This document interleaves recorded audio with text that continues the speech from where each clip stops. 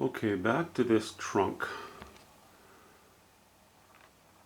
I topped it off, finished it up, and now I'm happy with it. I've laid all the highlights that I want to and all the color that I want to in it.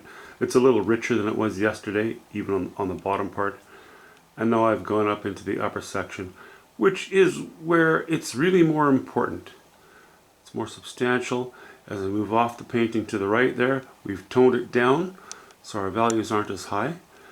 Our chromas are not super high there, but our values are. So even though it's in the foreground, it will not draw as much attention to the viewer as the distant orange sun and the reflections in the water of it.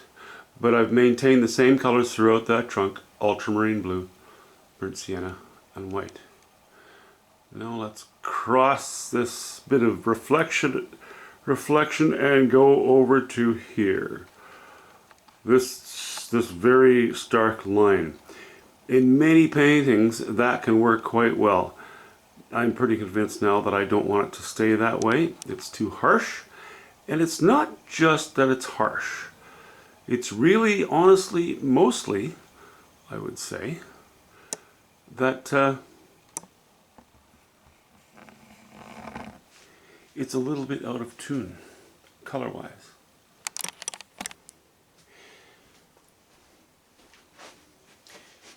This is almost straight yellow ochre. There are hints of alizarin crimson in it, but almost straight yellow ochre. And it's a very sharp line. I'm not a flat earther, so I don't want to give people the sense that you go so far out into the water and then you just drop off. Also, of course, our strong line I want to be here. I don't want it to be here.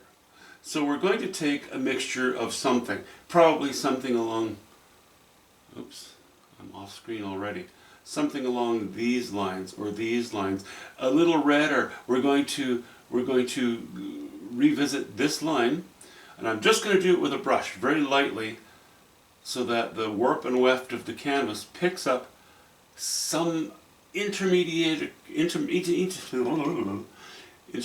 color between this and this. But it's not going to be yellow ochre. It's going to be much lower value so that the surface of the water disappears gently into the background, so that it goes gently into that dark night instead of kicking and screaming. That will help us to, increase the strength for here. It's part of one of the elements of design is unity, and for the most part the painting has it, but not here, to my eye. Once I have that in, and it needs very little, just a couple of strokes, but very carefully planned and executed strokes. As I said, I may bring some of this down, but I may not need to. I still like the idea of sort of mist rising from the water, giving the atmosphere that sparkly feel to it. But once that's done, then I can hop back into here. I'll go right across, zoom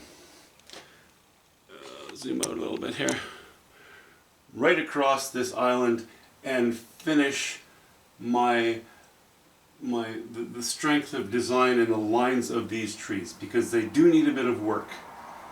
So that's going to take a little bit of playing, and then finally I'll be able to hop into things with the knife and finish it up. So oddly enough, or maybe not oddly enough, but we appear to be seeing the light at the end of the tunnel. Forgive the bad pun. Blinding orange. Boy, I wish the camera did a better job of picking this up.